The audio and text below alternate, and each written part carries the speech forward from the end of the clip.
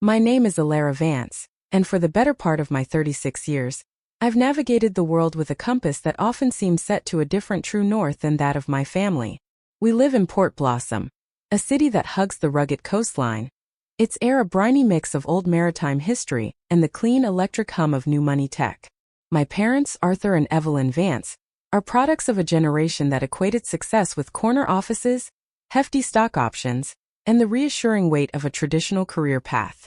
Law, medicine, finance. These were the well-trodden avenues they envisioned for their daughters. My older sister, Clara, had eagerly embraced this vision. I, however, had chosen a less predictable route, founding a small consultancy called Viridian Strategies, dedicated to helping businesses integrate sustainable practices and ethical innovations. It was quiet work, often behind the scenes, fueled by a belief that true progress lay in mindful growth, not just relentless acquisition. Clutched in my hand, as I often did in moments of quiet contemplation or unease, was a simple silver locket, suspended on a delicate chain. It had been my grandmother's, a woman whose garden was her sanctuary, and whose wisdom was as deeply rooted as her ancient rose bushes. Inside, nestled against the cool metal, lay a tiny, perfectly pressed forget-me, a reminder of her gentle spirit and her quiet encouragement to find your own sunlight, Alara, even if it's in a different part of the forest. The late October sky wept a soft, persistent rain onto the windscreen of my trusty hybrid, the Willow. Each drop seemed to magnify the streetlights into blurry halos as I turned onto Sycamore Lane, the main artery of Willow Creek Estates, the meticulously landscaped suburb my parents called home. The monthly Sunday suppers, as Mom called them, had become less a gathering of kinship and more a stage for subtle, and sometimes not so subtle, enactments of familial expectation and disappointment. A knot, familiar and tight, formed in my stomach.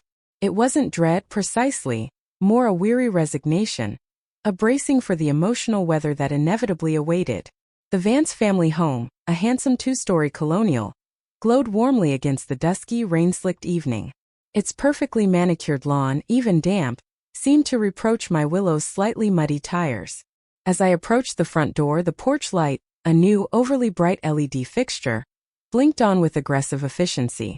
One of Clara's recent smart home upgrades for our parents, no doubt another small, tangible testament to her proactive, successful nature. Before my knuckles could meet the polished oak, I heard Mom's voice, clear and carrying, from within. "Oh, Alara's here." The slight, almost imperceptible dip in her tone at my name was a familiar refrain, a melody of mild disappointment I'd learned to anticipate. I was always just Alara. Never our brilliant Alara or Alara, who's doing such interesting things. Those modifiers were reserved for Clara. The door swung open and there was Clara, resplendent. Her auburn hair, a shade brighter than mine, was styled in a sleek, powerful cut. She wore a tailored suit in a deep forest green, undoubtedly crafted from some cutting-edge, sustainable yet exorbitant fabric, and heels that clicked with authority on the marble entryway. "Alara, darling, you made it," she trilled, her smile a practiced, perfect curve. She leaned in for an air kiss that brushed my cheek with a whiff of expensive, organically sourced perfume. And braving this dreadful downpour, too. Still navigating the city in that charming little Willow. Her eyes flicked dismissively towards where I'd parked my car. I offered a small smile, unbuttoning my raincoat, the scent of damp wool mingling with the house's aroma of roasting chicken and something vaguely potpourri-ish. "She gets me where I need to be, Clara. Reliable, just like her name." "I'm sure she is," Clara replied, her voice dripping with a sweetness that never quite reached her eyes. "Unlike my new Zephyr EV. Have you seen it, Alara? Pure class. A company perk, of course. Senior Director of Strategic Expansion at Terranova Solutions has its privileges." She gestured vaguely towards the driveway, where a gleaming shark gray electric SUV, ostentatiously large for city driving, sat parked. "Ah yes, the opening salvo of the evening's success report. Right on cue." Mom bustled in from the kitchen, wiping her hands on an apron patterned with cheerful, anachronistic roosters. "Alara dear, you're looking a bit damp. Come in, come in. Dinner's almost ready." Her gaze, quick and appraising, took in my simple knit dress and the sensible low-heeled boots I wore. It was a look that always made me feel like a slightly underprepared student. Dad emerged from his study, a tumbler of amber liquid in hand, the evening paper tucked under his arm. "Alara, good to see you." His greeting was bluff, a little distant, his eyes already drifting towards Clara, who was now regaling Mom with an anecdote about a terribly important video conference with some consortium in Zurich. The dining room was, as always, set with Mom's best china. The delicate, rose-patterned porcelain usually reserved for major holidays. Sunday suppers, however, had long ago been elevated to such an occasion, largely, I suspected, to provide a fitting backdrop for Clara's achievements. Dad took his place at the head of the long mahogany table, Mom at the foot, fussing with the silverware. Clara naturally was seated to Dad's right, the position of honor. "Alara, dear," Mom called out, her voice bright, "we've put you over here next to Aunt Sylvia. I thought you two could have a good chat about, well, you know, things." She gestured towards a small, slightly wobbly card table set up near the drafty bay window, a little island separated from the main landmass of the family table. Things, in this context, meant Aunt Sylvia's recent, rather messy, business failure and her subsequent reinvention as a part-time yoga instructor for seniors. This was the quiet corner, as I'd privately dubbed it, the designated spot for family members currently perceived as less than triumphant. A familiar ache, a dull throb of old hurts, resonated within me. For years I had quietly accepted this seating arrangement, this subtle, unspoken categorization. Tonight, however, something shifted. A quiet resolve, perhaps born of the persistent rain and the memory of my grandmother's locket against my skin, firmed my spine. "Actually, Mom," I said, my voice gentle but clear, "I think I'll sit here." I pulled out the empty chair directly across from Clara, at the main table. A small silence fell. Mom's perfectly plucked eyebrows rose a fraction. Dad paused, his glass halfway to his lips. Clara's smile tightened almost imperceptibly. "Oh," Mom said, a little flustered. "All right, dear. If you're sure." She exchanged a quick, unreadable glance with Dad. The soup was served. A creamy mushroom bisque Mom prided herself on. As spoons clinked against porcelain, Clara, recovering her poise, launched into her customary dinner table monologue. "So I was just updating Mom and Dad on the Terra Nova front," she began, dabbing her lips with a linen napkin. "Things are moving at lightning speed. My promotion to Senior Director of Strategic Expansion is really allowing me to spearhead the Pioneer Organics acquisition. It's a massive undertaking, of course, but absolutely critical for our growth in the sustainable agriculture sector." Dad beamed. "That's my girl. Pioneer Organics is a big fish. Heard they were a bit old-fashioned, though. Need a firm hand." "Precisely, Dad," Claire agreed. "They have excellent foundational assets, but their operational and certification protocols are archaic. That's where my team comes in. We're streamlining everything, bringing them into the 21st century. It's practically a complete overhaul, and the board is relying on me to see it through seamlessly." "Sounds like a lot of responsibility," I commented, stirring my soup. Clara shot me a patronizing little smile. "It is, Alara. The corporate world isn't for the faint of heart. It requires a certain decisiveness. Not quite like your, little green tech advisory, is it?" The jab, though familiar, still pricked. My little green tech advisory, Viridian Strategies, had been slowly but steadily building a reputation for insightful, ethical guidance, helping companies find genuine sustainability, not just greenwash their balance sheets. It was work I was deeply proud of, work that aimed to make a tangible difference. "Viridian Strategies is doing well, Clara, thank you," I said evenly. "We're focusing on long-term systemic change. It requires a different kind of engagement." I took a sip of soup. Speaking of Pioneer Organics, I heard they had some significant challenges with their Pacific Northwest supply chain. Something about their organic certification integrity being under review? That could create substantial hidden liabilities, if not handled meticulously. Clara's smile faltered for a microsecond. "Oh, minor operational hiccups. Nothing my team can't manage. We have top people on it." The due diligence was exhaustive. She waved a dismissive hand, her collection of ethically sourced gemstone bracelets clinking softly.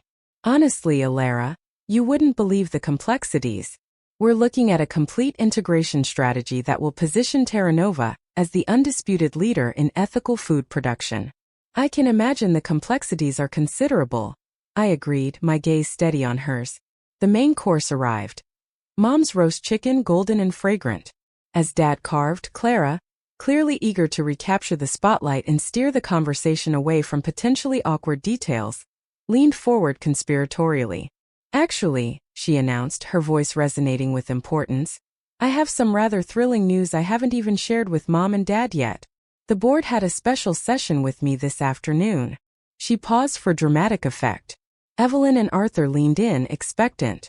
They're expanding my role significantly. Effective next month, I'll be overseeing the entire operational integration of Pioneer Organics, reporting directly to the interim CEO. Well, it's effectively a so-in-waiting position. They said my strategic vision for this merger was unparalleled. She practically glowed, her eyes shining with triumph.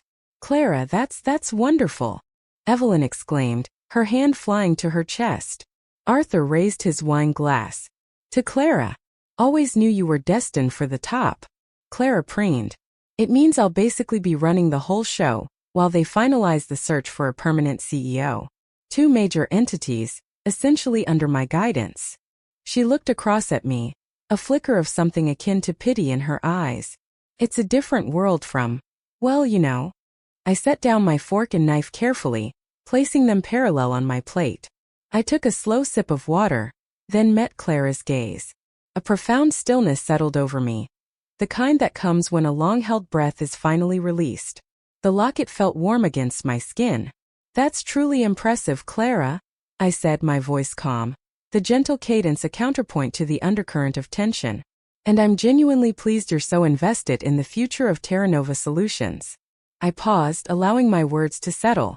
Because, as of this morning, the board of directors appointed me its new chief executive officer. I start on Monday. The clatter of Arthur's fork against his china plate was unnaturally loud in the ensuing silence. Evelyn's hand, holding her wine glass, froze midway to her lips. Clara stared, her mouth slightly agape, the triumphant glow extinguished from her face as if a switch had been flipped, leaving behind a stark, bewildered pallor. What did you say? Clara finally stammered, her voice a reedy whisper. Terra Nova Solutions, I repeated, keeping my tone even and devoid of triumph. The board made their decision late last night and finalized the offer this morning. I accepted. My first official day is Monday. That's impossible. Clara sputtered, color rushing back into her cheeks, mottling her disbelief with anger. I would have known. I'm senior director. I'm in all the key meetings. The interim CEO trusts my judgment. You're in the meetings you're invited to, Clara, I said softly. The board has been conducting a confidential search for several months. They approached me some time ago. Given my extensive consulting work with them over the past 5 years on strategic sustainability and ethical restructuring. This last part was news even to me, as I had only recently learned the full extent of how my discrete, project-based work for individual board members and secretive internal committees had been compiled and reviewed at the highest level. Clara was shaking her head, a dazed look in her eyes. But, Pioneer Organics, my role. Ah yes, Pioneer Organics, I said, my voice still gentle. We will certainly need to discuss that on Monday, particularly those minor operational hiccups you mentioned, the undisclosed liabilities in their organic certification chain, the ones Viridian Strategies flagged in an independent risk assessment report, commissioned by a concerned faction of the old Terra Nova board last year, the report that somehow never made it into your team's exhaustive due diligence. We'll need to address that potential 7-figure exposure immediately. Arthur's face was a mask of confusion. Alara, what exactly are you saying? I rose slowly from my chair, the simple lines of my knit dress feeling suddenly like armor. I'm saying, Dad, that Terra Nova Solutions needed a leader with a proven track record in navigating complex ethical challenges and fostering genuine, sustainable growth, not just chasing quarterly numbers. I'm saying that for 5 years, I've been quietly helping them build a more resilient and responsible foundation, often without public credit, while others focused on appearances. My gaze met Clara's, not with malice, but with a clear, unwavering honesty. And I'm saying that the new board, reconstituted after the recent ethical investment misstep involving the previous leadership, values integrity and tangible results above all else. I picked up my small worn leather handbag. Dinner was lovely, Mom, as always. My eyes met hers, then Dad's. Perhaps next time we can all simply sit together. No special corners, no unspoken hierarchies. Just family. I turned and walked out of the dining room, the click of my low heels on the hardwood floor echoing in the stunned silence. As I shrugged on my raincoat in the entryway, I could hear the dam of their composure finally break behind me. Clara's voice, rising in a high-pitched torrent of questions and accusations, Evelyn's flustered attempts to soothe, Arthur's bewildered, rumbling interjections. The rain had softened to a drizzle as I stepped outside. The air felt cool and clean against my face. There was no elation in my heart, no thrill of victory. Instead, a quiet sense of gravity, of a necessary truth finally spoken, of a path irrevocably altered. The drive back to my little apartment in Artisan's Wharf, with the lights of Port Blossom reflecting like scattered jewels on the wet streets, was filled with a profound stillness. The real work, I knew, was just beginning. Monday morning dawned crisp and clear, the previous day's rain having washed the city clean. The Clearwater Tower, Terra Nova Solutions headquarters, rose sleek and modern against the bright blue sky, its glass facade reflecting the sailboats bobbing in the nearby marina. It was an impressive building, designed with numerous eco-friendly features, a testament to the company's stated aspirations, if not always its past practices. I pulled my Willow into the designated CEO parking spot, conspicuously empty until that moment, right beside Clara's gleaming Zephyr EV. Matteo, the head of security, a kind man with warm eyes whose daughter Sophia was thriving at university thanks to an anonymous scholarship fund Viridian Strategies had helped establish, did a visible double-take. "Morning, Matteo," I said, holding up my new, surprisingly understated CEO badge. "How's Sophia enjoying her marine biology program?" A wide smile broke across his face.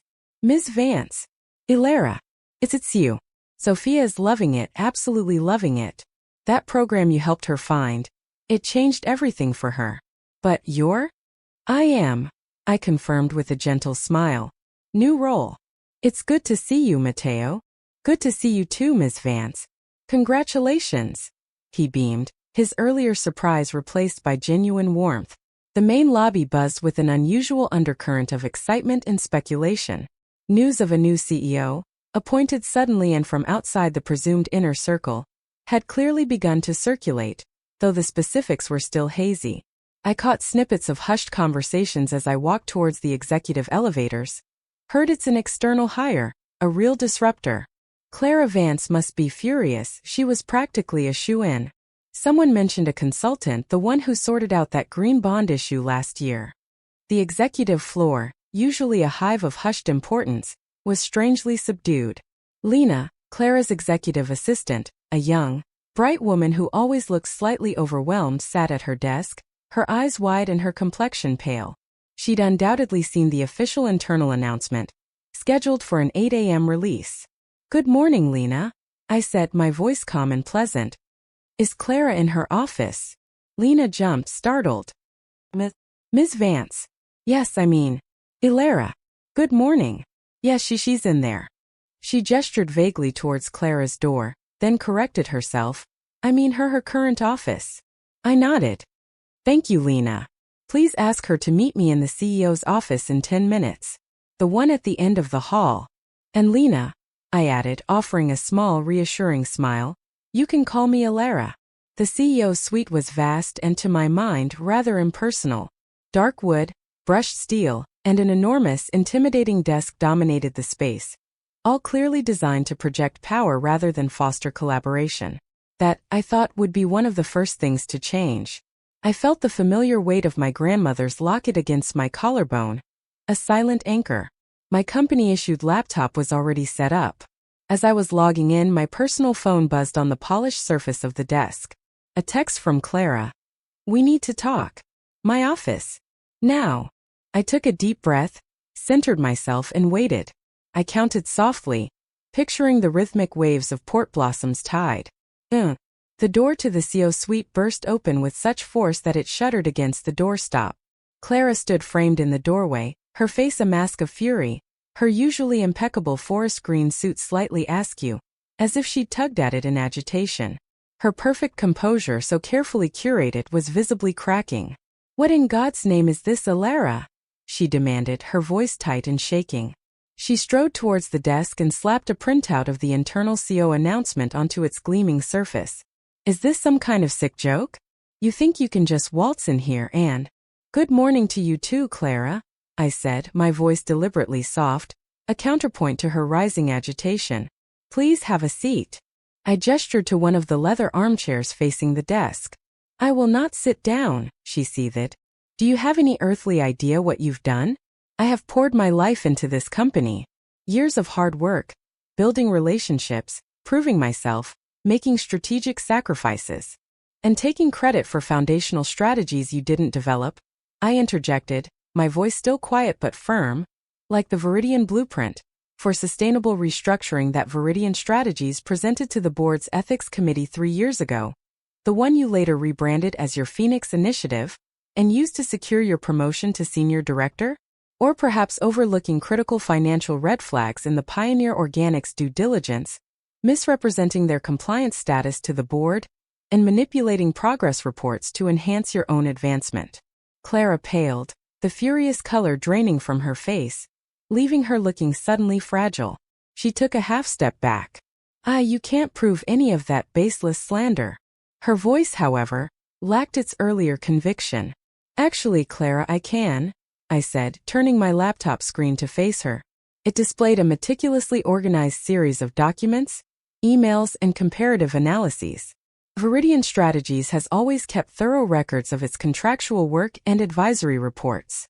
The new board, as part of their own comprehensive review following the irregularities with the previous leadership's ethical investment fund, has already examined all of this. It formed a significant part of their decision-making process in appointing a new CEO. The board. Clara scoffed, a brittle, hollow sound. I know everyone on that board. They respect me. They wouldn't go behind my back like this. You knew the old board, Clara, I corrected gently. The one whose members largely stepped down or were asked to resign last month.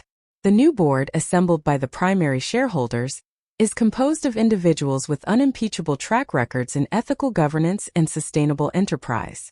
Ms. Anya Sharma, the new chair, for instance, is renowned for her forensic attention to detail and her zero-tolerance policy for misrepresentation. Clara sank into the nearest armchair as if her legs could no longer support her. The fight seemed to seep out of her, replaced by a dawning, horrified comprehension. How long have you been planning this coup? She whispered, her gaze fixed on the damning evidence displayed on the screen. This isn't a coup, Clara. It's a course correction, I said, my voice softening slightly. And I haven't been planning anything in the way you imagine. For 5 years, Viridian Strategies was engaged by various concerned elements within Terra Nova. Sometimes individual board members, sometimes internal audit committees, to provide discrete, independent assessments and strategic recommendations on sustainability, ethical sourcing, and risk management. My work was always about helping Terra Nova align its practices with its stated values. Did you truly believe I was just puttering away in my little green tech advisory, oblivious to how my carefully researched strategies, my specific analytical frameworks, even verbatim phrases from my reports, were appearing in your presentations and policy proposals? Her eyes welled up. I earned my position here, she said, but it was a broken whisper, devoid of its usual arrogant certainty. No, Clara, you didn't earn it in a way that aligns with genuine integrity, I replied, not unkindly. But you now have an opportunity to earn something real. Something built on transparency and genuine contribution. I reached for a slim, plainly bound folder on the desk and slid it across to her. This outlines your new role and responsibilities. Associate Project Coordinator for Supply Chain Integrity, within the Pioneer Organics Integration Team. You'll be reporting directly to Mr. David Miller, the senior analyst whose meticulous groundwork you previously dismissed and whose team has been doing the substantive work all along. Associate Project Coordinator. She stared at the folder as if it were a venomous snake. Her face, already pale, turned ashen. You can't be serious. You're demoting me? After everything I've done? I'll resign. I'll go to the press. You are, of course, free to resign, Clara, I agreed calmly. However, should you choose that path, Terra Nova Solutions would be obligated, under SEC guidelines and our new transparency protocols, to make a full disclosure regarding the creative reporting and significant oversights in the Pioneer Organics due diligence process. I imagine that might make securing your next senior executive position somewhat challenging. I let that sink in for a moment. Alternatively, you can accept this role, learn from the ground up, contribute honestly, and perhaps in time rebuild a career based on actual merit. Just then, the intercom on my desk phone chimed softly. Lena's voice, hesitant but professional, came through. Ms. Vance, Alara, Ms. Sharma and the other board members are assembling in the main conference room for the 9 a.m. introductory meeting. Thank you, Lena. I'll be right there. I stood smoothing the lines of my simple, but well-cut, navy dress. A quiet statement of professionalism. Coming, Clara? I believe you have a brief presentation scheduled on the current status of the Pioneer Organics integration. The real numbers this time, please. Ms. Sharma will be particularly interested in your updated assessment of those certification liabilities. The main conference room, a bright, airy space with panoramic views of Port Blossom Harbor, fell into a respectful silence as I entered, with Clara trailing a few steps behind me, looking shaken but strangely subdued. The new board members, a diverse group of 5 individuals, their expressions keen and intelligent, were already seated around the large, sustainably sourced maple table. Ms. Anya Sharma, a woman with silver-streaked dark hair and an air of quiet authority, offered me a brief, welcoming nod. Clara's presentation was excruciating to watch, yet necessary. Stripped of her usual bluster and artifice, she stumbled through the revised data, her voice barely audible at times, as she laid bare the true extent of the issues with Pioneer Organics, the fudged compliance reports, the underestimated integration costs, the glossed-over supply chain vulnerabilities. Each admission seemed to cost her a piece of her carefully constructed facade. When she finally finished, her shoulders slumped. Ms. Sharma spoke, her tone measured but clear. Thank you, Ms. Vance. Clara, for that candid update. It is illuminating. She then turned her attention to me. And thank you, Alara, for bringing these critical issues to the board's immediate attention. Your previous consulting work, which provided the foundational analysis for many of Terra Nova's more successful, albeit often uncredited, ethical initiatives over the past 5 years, has been invaluable. It demonstrated a consistent commitment to integrity and long-term vision that this company sorely needs. Clara's head, which had been bowed, snapped up. Previous consulting work? She echoed, a dazed expression on her face. Indeed, Ms. Sharma affirmed, a hint of a smile playing on her lips. Your sister Alara has been the quiet architect behind much of what has kept Terra Nova viable and moving towards a more sustainable model, despite certain internal headwinds. It seems, however, that the credit for these initiatives was often misdirected. The meeting concluded shortly thereafter. As the board members began to file out, exchanging quiet words with me, I placed a gentle hand on Clara's arm. She flinched but didn't pull away. Your new office assignment and team details will be sent to you by HR this afternoon, Clara, I said softly, for her ears only. Your first status meeting with Mr. Miller's team is tomorrow at 9 a.m. Please be punctual. And Clara. I paused, meeting her clouded, uncertain gaze. Perhaps consider attire more suited to a project coordinator role. That beautiful suit is more appropriate for a senior director. She nodded mutely, her eyes glistening, and then turned and walked quickly from the room, no longer with her usual imperious stride, but with the hesitant steps of someone navigating unfamiliar, treacherous terrain. Back in the CO suite, my suite, I sank into the large leather chair, not with triumph, but with a profound sense of exhaustion and a dawning awareness of the monumental task ahead. Terra Nova Solutions needed more than just a new leader.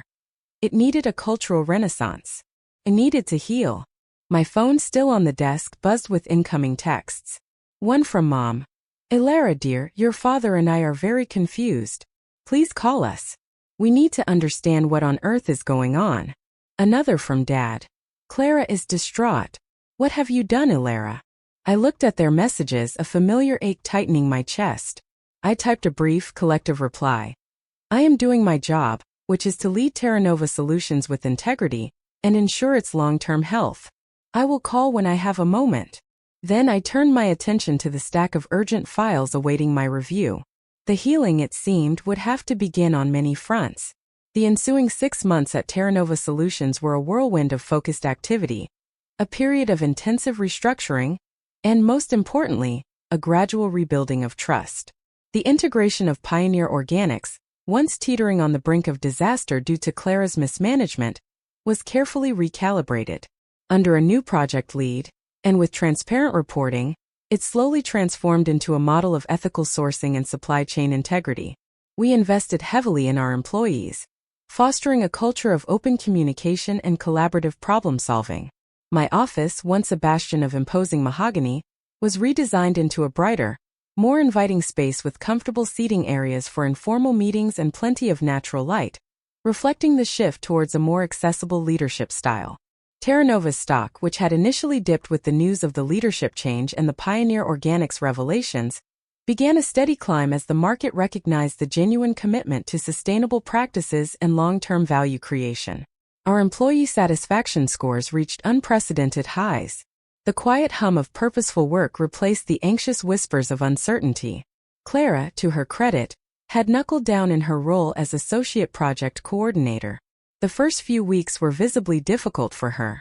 She, who had once commanded boardrooms, now found herself taking minutes in team meetings, meticulously tracking data, and learning the intricate, often tedious details of supply chain logistics from colleagues she had previously considered far beneath her notice. Her expensive Zephyr EV was replaced by a modest, used hybrid. The company car had, of course, been rescinded with her demotion. There were moments I heard indirectly of frustration, of tears shed in private, but she persevered. Slowly, almost imperceptibly, a change began to occur. Her reports became more thorough, her contributions more insightful. She started asking questions not to challenge but to understand. She was learning, humbled, and for the first time perhaps truly earning her place. My relationship with my parents remained strained. I had kept my promise to call, but our conversations were stilted, filled with their bewildered questions and my polite, factual, but emotionally reserved answers. I declined several invitations to Sunday suppers at Willow Creek Estates, suggesting instead that we might meet for a quiet coffee sometime, an offer they never quite took up. The old dynamic, the one where my worth was measured against Clara's more visible achievements, was too deeply ingrained for them to easily recalibrate. I understood, on some level, their confusion and loyalty to Clara, but I also knew I needed to protect the fragile new sense of self-respect I was cultivating. Healthy boundaries, I was learning, were not acts of aggression, but acts of self-preservation.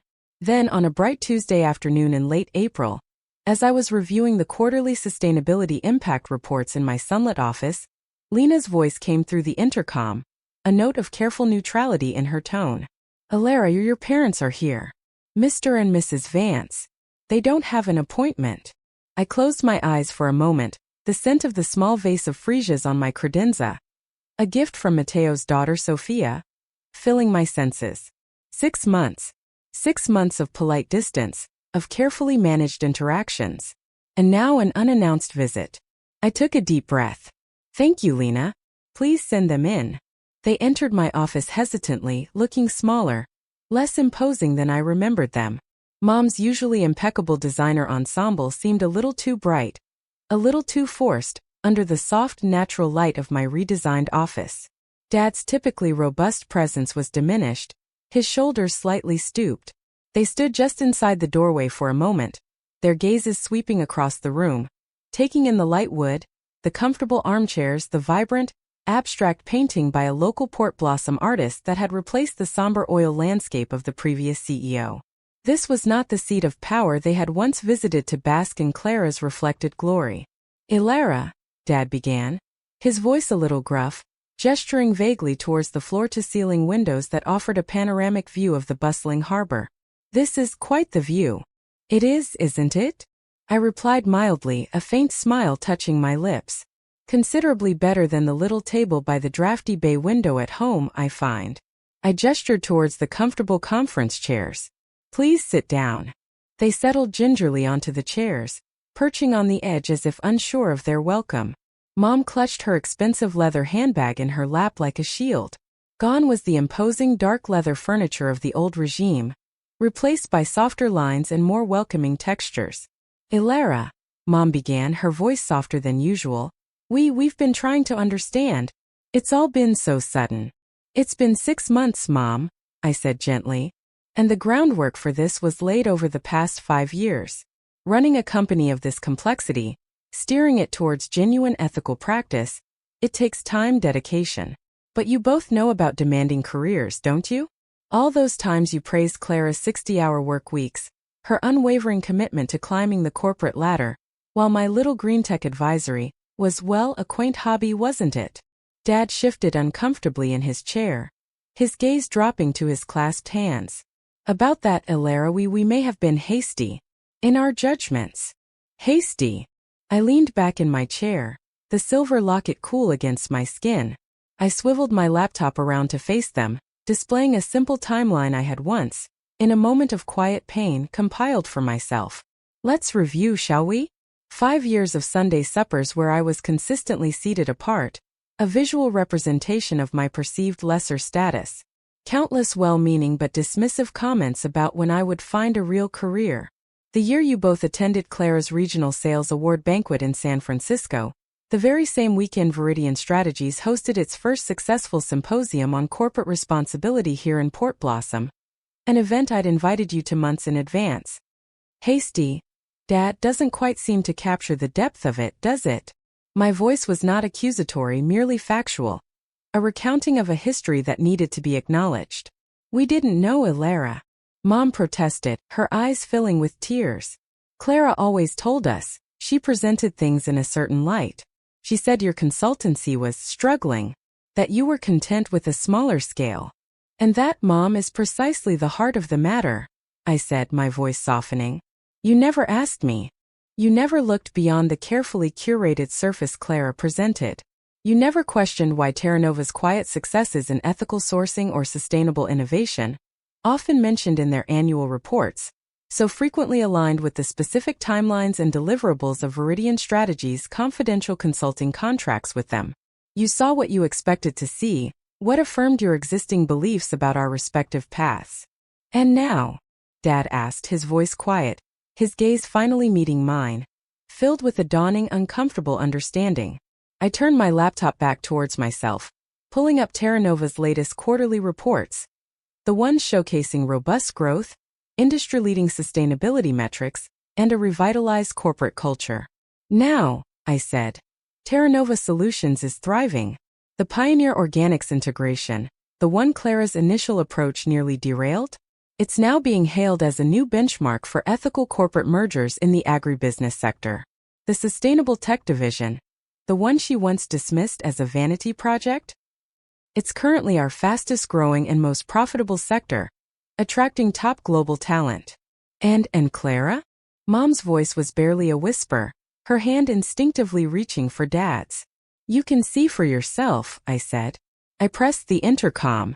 Lena, could you please ask Clara Vance to join us for a few minutes if she's available? A few minutes later, Clara slipped quietly into the office. The transformation was striking. Gone were the power suits, the immaculate, severe hairstyle, the aura of brittle arrogance. She wore simple, professional business casual attire, tailored slacks, a soft knit top, low heels. Her auburn hair was pulled back in a simple, unpretentious ponytail. Her expression was guarded, but there was a new quietness about her, a lack of her former defensive posturing. Sit down, Clara, I said, gesturing to the empty chair beside Dad. Your parents are here for a visit. And as it happens, your 6-month performance review is due. Clara nodded, a faint blush rising on her cheeks. She pulled out a slim, unadorned folder containing actual, tangible paperwork, not the glossy style-over-substance presentations of her former VP days, and began to review her team's progress on the latest supply chain integrity audit for Pioneer Organics. Her voice was steady, her presentation clear, concise, and focused on verifiable data. She highlighted challenges overcome, lessons learned, and modest but genuine achievements in improving transparency and ethical compliance. When she finished, I nodded. Thank you, Clara. That's a significant improvement from your initial assessments. Your attention to detail has sharpened considerably. You're learning to collaborate effectively with Mr. Miller's team. Well done. Our parents watched this exchange in stunned, absolute silence. The deeply entrenched power dynamic they had known and reinforced for over 3 decades had not just shifted. It had been entirely inverted, reformed on a foundation of competence and truth. "There's one more thing, Clara," I added, pulling another, slightly thicker folder from my desk drawer. "The board and I have reviewed your consistent progress and your contributions over the past 6 months. We've been particularly impressed with your proposals for improving traceability in the Redwood Valley Agricultural Cooperative. Therefore, we're offering you a promotion." Clara's head snapped up, her eyes wide with disbelief. A promotion? Senior Project Manager for Ethical Sourcing, leading the new regional initiative in the Redwood Valley. It's a challenging assignment, with significant responsibility for establishing Terra Nova's ethical footprint in a vital new supply region. You've demonstrated the nascent skills and, more importantly, the commitment to learn and apply them rigorously. You've earned this opportunity, Clara. I emphasized the word gently. With genuine, consistent hard work this time. The position would require relocation to our new Redwood Valley field office, starting next month. Redwood Valley? Mom gasped, her hand flying to her mouth. But that's wonderful. Such a beautiful area. A real step up. She looked from Clara to me, her expression a mixture of surprise and dawning pride. I met Clara's gaze. "The choice is yours, of course. You can continue to grow in your current coordinator role here in Port Blossom, or you can embrace this new challenge." Clara swallowed, her eyes shining with unshed tears. She looked at our parents, then back at me. A complex array of emotions playing across her face, gratitude, relief, and a profound, humbling understanding. "No," she said, her voice thick but steady. I accept. Thank you, Alara. Thank you for this chance." After Clara, looking dazed but with a new lightness in her step, had excused herself to share the news with her team, my parents sat in continued, thoughtful silence. Finally, Dad cleared his throat, his gaze fixed on some distant point beyond my office window. "We were wrong, Alara," he said, his voice low and heavy with regret. "About so many things. We were so wrong." "Yes," I acknowledged softly. "You were." Mom's eyes, still tear-bright, met mine. "Alara, can we ever fix this? Can we begin to mend what we've broken?" I leaned back in my chair, my fingers instinctively going to the cool silver of my grandmother's locket. I thought of all the years of quiet hurt, of feeling unseen, undervalued. I thought of the strength it had taken to forge my own path, to believe in my own definition of success. "That depends, Mom, Dad," I said, my voice gentle but firm. "Are you truly ready to see me? Alara." Not as Clara's less successful shadow, not as the family's gentle disappointment, but as the woman I am, the leader I've become, the daughter who has always been here, simply asking to be seen for herself. They both nodded, their faces etched with a raw, almost childlike vulnerability, their eyes filled with a desperate, hopeful sincerity. "Then yes," I said, a small tentative smile touching my lips. "Yes, I believe we can try. We can begin. Perhaps starting with dinner. At my little apartment in Artisan's Wharf, next Sunday. Just us. No pedestals, no quiet corners, no comparisons. Just family. Learning to see each other clearly, perhaps for the very first time." That evening, long after my parents had departed, their steps lighter, their faces filled with a fragile hope, I stood at my office window, watching the lights of Port Blossom awaken and shimmer across the darkening waters of the bay. My phone buzzed in my pocket. A text from Clara. "Alara, I don't know how to say this. Thank you. For the promotion. For the second chance. For everything.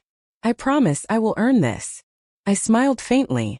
"You already are, Clara," I typed back. "By choosing to do the real work. That's the most important part." A moment later, another text. This time from Mom. "Your office is so you, Alara. Full of light and quiet strength. Your father and I are so very sorry it took us this long to truly see you. We'd love to come to your apartment for dinner. We are so incredibly proud of the woman you are." My fingers went to the locket, tracing the outline of the forget-me-not hidden within. Success, I was learning, wasn't about grand pronouncements or crushing victories. It was about the quiet resilience of the human spirit, the courage to stay true to one's own North Star, the grace to do the work, and sometimes the profound, unexpected gift of allowing others the space to learn their own hard, transformative lessons. It was about building bridges, even if the foundations had once seemed irreparably damaged. Lena's voice, now confident and warm, came through the intercom for the last time that day. Alara, your schedule for tomorrow is finalized and on your desk. Oh, and your mother, Mrs. Vance, she dropped off a small, framed photograph when she left with your father. The one that used to be in their sunroom at Willow Creek? She said you might like it. Where would you like me to put it? I smiled, a genuine, unburdened smile that reached my eyes. I looked around my office at the symbols of a new beginning, a new way of leading, a new way of being. Let's find a really good spot for it, Lena, I said. Somewhere with plenty of natural light. It's time, I think, to make some new memories and perhaps to see the old ones in a different glow. The city lights twinkled below, a vibrant tapestry woven across the hills and waterfront of Port Blossom. The Clearwater Tower stood as a silent testament not to a battle won, but to a journey of growth, patience, and the quiet, enduring power of truth finally taking root. The path to full reconciliation with my family would be a gentle unfolding, a daily practice of seeing and being seen, but for the first time in a very long time, I felt a deep, abiding sense of peace.